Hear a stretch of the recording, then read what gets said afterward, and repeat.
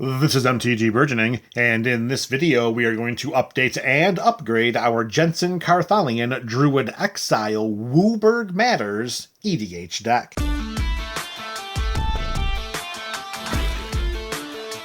Thank you for joining us for another edition of the Up and Up series. Today we're updating and upgrading Jenson Carthalion.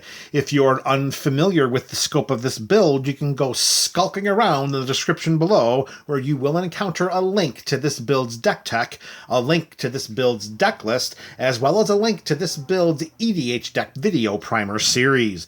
That series, you can see the evolution of this Jenson Carthalion deck right before your eyes. Today we got a few cards going in, a few cards going out. Some are pretty self-explanatory, while some may take a little bit of thinking outside of the box.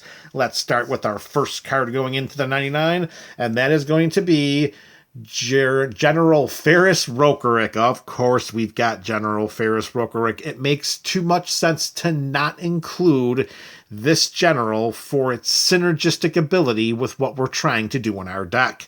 It's a 3/1 for 1 in Boros colors, has hexproof from monocolored, and whenever we cast a multicolored spell, we create a 4/4 red and white golem artifact creature token. Although the creature token that we're creating is not WUBRG colored, you better believe that we'll be able to trigger this token producing ability over and over and over again, particularly in a build that's looking to cast all WUBRG spells or as many WUBRG spells as possible. Why not gain a greater board presence through the peripheral token production that General Ferris Rokerrick is going to provide? We're already casting those multicolored spells because they are WUBRG spells, so we might as well benefit with some peripheral token acceleration. With General Ferris Rokerrick going in, it's going to replace Rian, Angel of Rebirth. Now here we have an angel. This is a creature similar to General Ferris over there that is not a WUBRG creature, but did offer a little bit of WUBRG synergy. So here she is, a 5/4 for 2 in Naya colors. She gave other multicolored creatures we control +1/+0.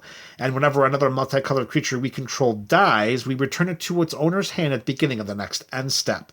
So we did have a way to get our creatures recurred back to our hand if they were to die, which is a very nice reactive ability to have. Board wipe, combat, anything that we need to do. Our WUBRG creatures are very important. We invest a lot into them, and we do want to make sure that we can get them back into play one way or another. However, we're looking at a more proactive approach to the way in which we're going to use our creatures, and General Ferris's golems are going to be a lot more powerful than bouncing some creatures back to our hand from the graveyard if they were to die. Yes, we will still have to recast those creatures through Rien. Not through Rien, but we still have to get them back onto the battlefield some way. But I think over the scope of a game, I think we're going to get more value out of General Ferris than we will from Rien. But of course, we'll find out when we start to play the games. Card number 2 going in, and plus, as a reminder, we have a lot of other ways to recur those creatures from our graveyard, so it's not like she is our only outlet for recursion. Card number 2 going in, Leyline of the Guild Pact. Here we have an enchantment that if it's in our opening hand, we may begin the game with it on our side of the battlefield. Each non-land permanent we control is all colors. Well, that's just going to make WUBRG all kind of happy. And lands we control are every basic land type in addition to their land types. Automatic land fixing. A couple of episodes ago, we added Joda's Codex to the 99, and Leyline of Guild Pact is going to help us tap that artifact to draw a card so much easier when it's on our side of the battlefield.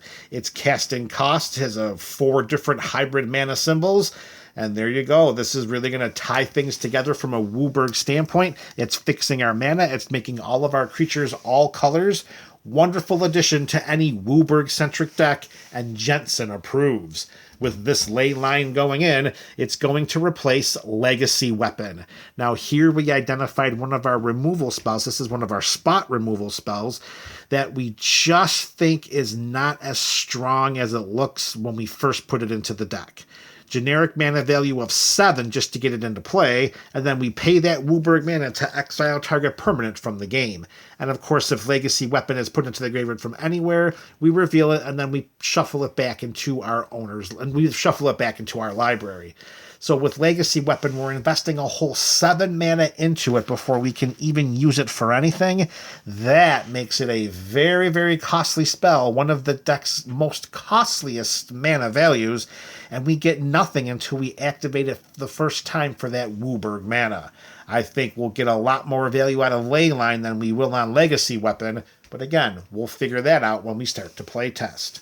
The last card going in for this video, it is Falaji Wayfarer. It's a 2/4 human scout for 2 and 1 green mana, but it is all colors. And multicolor spells we cast have Convoke, which means that we can tap our creatures as we are tapping our mana to cast our spells, and each one uses a mana of their color, pays for 1 generic mana or 1 mana of that creature's color. So we can actually use our creatures to cast our spells if we're running, if we're wanting to get further into accelerating our board states, or if we just are a little bit of hurting for mana, we can use those creatures to cast those spells. With Falaji Wayfarer going in, coming out is Rhythm of the Wild. Of all the cards to come out, particularly in this video and in the previous editions of this series, Rhythm of the Wild is the one card I may circle back to find a way to get it back into the 99. Giving non-token creatures we control Riot, which means they enter with a +1/+1 counter, which is not really that impressive for us, but the haste. It's the haste that we might miss in a deck that wants to put biggins onto the battlefield and send them into combat as quickly as we can before they get spot or board wiped off the table. Plus, not allowing our WUBRG creature spells to be countered, that also helps too. So we might come back to Rhythm of the Wild. You let me know in the comments section below how you feel about these changes.